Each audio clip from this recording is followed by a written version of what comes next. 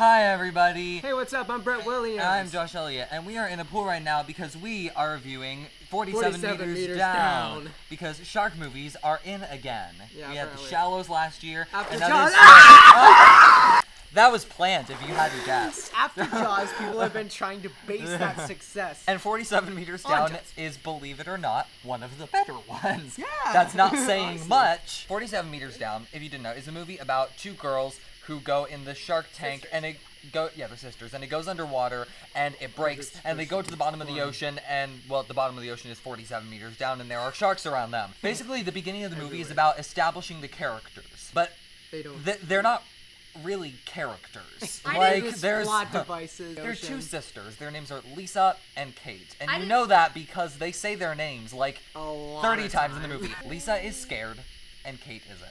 That's basically how you do That's it. it. Basically the difference. I didn't learn Kate's name till about halfway through the movie because they just never really said it except for like twice until they were in the tank. I didn't know the characters' names until you finally told me for like the 20th time when we were on the way home from this movie because I kept forgetting their names. Stuart was the only character I appreciated. I think the shark was the best actor in the movie. They had multiple sharks. And Abby could tell them all apart. I could tell them all apart. Yeah, you know Dobie the shark from Anchorman 2, he's back in this movie. Yes. Full grown. So the characters, Lisa comes across as really annoying.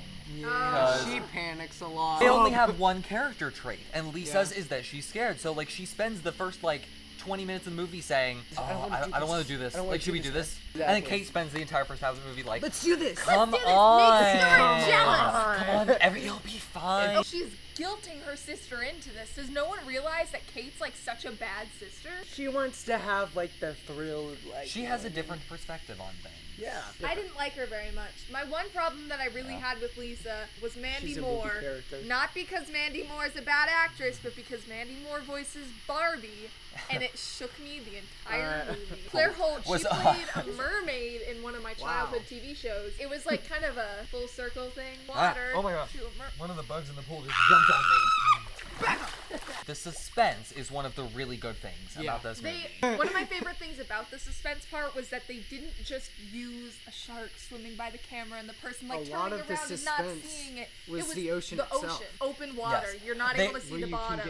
They're always finding new things for the characters to do. It's not just them in a tank. I have to say, when they kept going back and forth to the cage, in and out, it kind of got They did that a lot. boring, but It's only an hour and 20 minutes long. It picks up. One of the most suspenseful scenes for me, Lisa was swimming over open water. Yes. She was swimming over open water. It was black. The camera didn't switch to different angles. You didn't see anything. It was just Lisa's view with a small flashlight. Yeah, that was the most suspenseful scene. I found that really surprising because it didn't have any sharks in it. So there was no jump scare. One of the things that I think is so good about suspense is that there are jump scares in this movie at times that you would think there were going to be jump scares. But there also aren't jump scares at moments where you think there would be. And so it does manage to catch you by surprise a couple times. And I love it when movies do that because it keeps the audience thinking, wait, it didn't happen that time, maybe it won't happen this time. So when it does catch you by surprise. You were annoyed by the number of jump scares, though. Honestly, yeah, it kind of got repetitive. There were a lot of jump scares in this movie. I wasn't extremely bothered in this movie, but in other movies like Paranormal Activity, The Ghost Dimension, and The Gallows, it just repeats the jump scares over and over again until it makes you sick. They were all pretty good jump scares too. Yeah, it wasn't just like you turn They and got it her goes, really good. Whenever she gets scared, she's like, she covers her ear. my ear. So do we have anything to say before we go into spoilers? The dialogue. Oh my god. Kate! Literally, that was half of the dialogue. I honestly can't tell if some of it was improvised or not because it's I hope just none of it was improvised. so generic. Well, it would almost be better if it was improvised than if it was actually written in a script. Some of the dialogue is really simple when they are like stuck in the cage, but that is understandable because people tend to like say the same things over and over again and say the simplest things that come to their mind when they are in a panic. But earlier in the movie, they're like about to get in the tank and they're like, "This is the best night ever," and also, are you sure we should be doing this? This doesn't look. Oh my gosh! Look at that. That is amazing. This is so much fun. Like I love this. Half of the dialogue in this movie is just heavy breathing. But the thing is, you hear the bubbles too, and so it's like at the very beginning, kind of the jumps to different scenes were kind of weird when they were in the hotel room to out partying to it was at very breakfast abrupt. to at dinner. It was like, we need to get to the shark point. There was a lot of parts where both Bret and I, we were like, there's gonna be a shark, because there were so many parts where people just had their limbs out in that water. stuff doesn't scare me. It didn't scare either of us, but it was kind of just like, you can see they're like, we want to make it seem like there's going to be a shark attack, but there isn't, and it's we just wanted the shark to nibble on everybody. This movie is really well shot and really Oh, well directed. yes. Props to the director for filming like 80% of a movie underwater. This really unique thing, like in the scene where she was out in open water, they don't put people in the center of the frame. They leave a lot of it empty so that you're like looking for the sharks in the background. Some of the shots that I really liked were like the first person point of view when they're swimming. That was really suspenseful. Like, you didn't know it was gonna come. I thought like in that scene, like those point of views, a shark would just come up and like whoosh and like get you. But like I thought that was really suspenseful. If you haven't seen the movie, click off now. Spoilers. We hope you enjoyed. Leave comments below when you do see the movie. Or like, skip subscribe. to the end. Skip to this point in the video. At some point in the movie, they have a way of communicating with the people on the boat. They have, like, microphones. Yes, and so the people on the boat send down these oxygen tanks for them. They already have them, but they're running out of air. And they have a risk of nitrogen bubbles and they entering your brain. And yes, so there's a risk of that. And one of the girls dies. It's a surprising moment when she dies. Yes, I was One of the shook. girls like dies, and the other girl's freaking out, and she has this big. Her character arc comes to an end because it's Lisa, the one who's been scared the whole time, and she finally has to become brave because her brave sister has now died. So she finally gains up the courage that she needs to. And Female empowerment. it's a good character arc. I thought it was good. it. And so she puts the oxygen tank in, and she finally figures out that her sister is alive. And so she goes and rescues her sister, but her sister's bleeding badly, so they can't just wait anymore. They have to swim to the top. So they swim to the top, and there's this big action sequence where they're like trying to get away from the sharks, and they both get bitten, and it's really tense and really awesome, and they finally make it to the top, and they are both saved.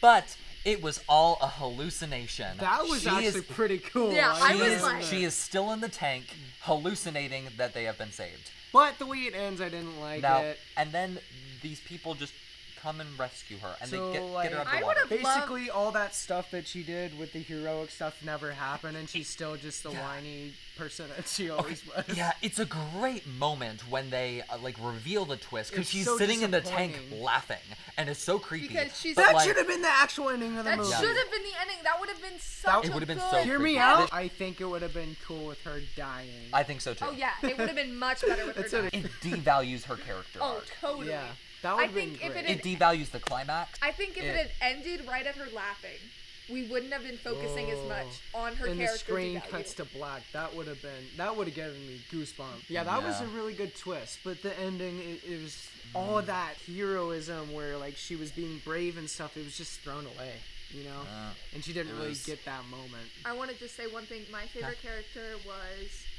What was his name? It was the one who was coming down to get them with the flashlight. He had one line. He said, she turned around. He said, "Get back in the tank."